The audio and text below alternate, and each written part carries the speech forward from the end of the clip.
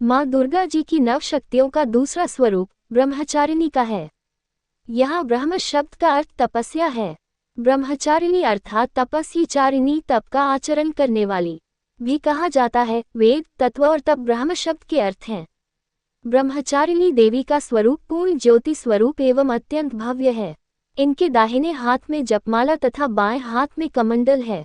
अपने पूर्व जन्म में जब ये हिमालय कुमारी थी, तब नारद जी के उपदेश से इन्होंने भगवान शंकर जी को पति रूप में प्राप्त करने के लिए अत्यंत कठिन तपस्या की थी। इसी कठिन तपस्या के कारण इन्हें तपश्चारिणी अर्थात ब्रह्मचारिणी नाम से अभिहित किया गया। 1000 वर्ष उन्होंने केवल फल मूल खाकर व्यतीत किए थे। कुछ दिनों तक कठिन उपवास रखते हुए खुद आकाश को ही नीचे वर्षा और धूप के प्रभाव को सहा है। इस कठिन तपस्या के पश्चात 3000 वर्षों तक केवल सूखे टूटकर गिरे हुए बेलपत्रों को खाकर वह अघोरी प्रकार की शंकर जी की आराधना करती रही। इसके बाद उन्होंने सूखे बेलपत्रों को भी खाना छोड़ दिया। कई हजार वर्षों तक वह निराहार एवं निर्जल तपस्या करती रहीं। पत्तों को भी खाना छोड़ देने के कारण उनका एक नाम अपर्णा भी पड़ गया।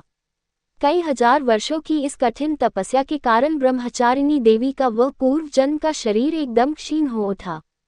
वह अत्यंत ही कृशकाय हो गई थी। उनकी ये दशा देखकर उनकी माता मीना अत्यंत दुखित हो उठी।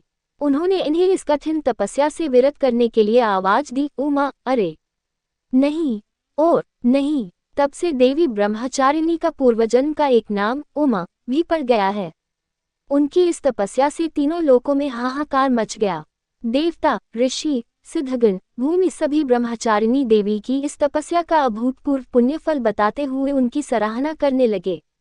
अंत में पितामह ब्रह्मा जी ने आकाशवाणी के द्वारा उन्हें संदेश देते हुए प्रसन्न वचनों में कहा, हे देवी, आज तक किसी ने ऐसी कठोर तपस्या नहीं की थी।